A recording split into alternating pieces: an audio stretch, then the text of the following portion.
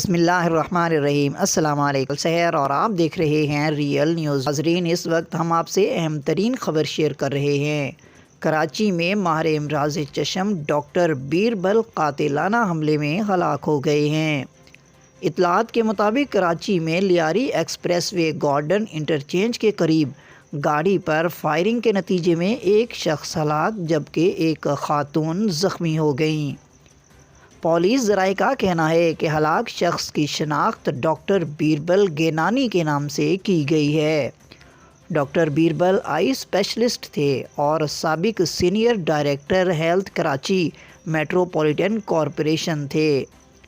واقعے میں ڈاکٹر بیربل کی اسسٹنٹ ڈاکٹر قرۃ العین زخمی ہو گئیں۔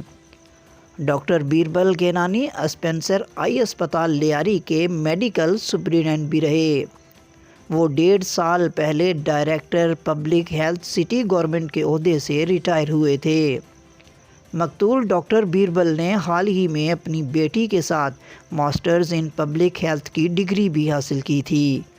اقلیتی برادری سے تعلق رکھنے والے ڈاکٹر بیربل گینانی کی ٹارگٹ کلنگ کی واردات ایک ایسے مقام پر ہوئی ہے جہاں 2 تھانوں یعنی گارڈن اور سولجر بازار پولیس اسٹیشن کی حدود لگتی ہے۔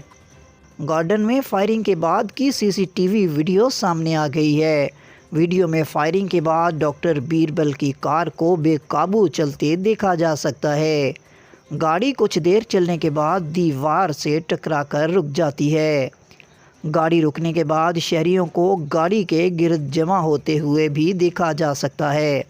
مزید اپڈیٹ کے لیے ہمارے ساتھ وابستہ رہیں۔ اگر آپ نے ہمارے چینل کو سبسکرائب نہیں کیا تو پلیز کر دیجئے اور بیل آئیکن کو پریس کرنا مت بھولیے تاکہ ہماری نئی ویڈیو کا نوٹیفیکیشن بر وقت آپ تک پہنچ سکے۔ کامنٹ باکس میں اپنے خیالات کا اظہار کیجئے۔ اللہ حافظ۔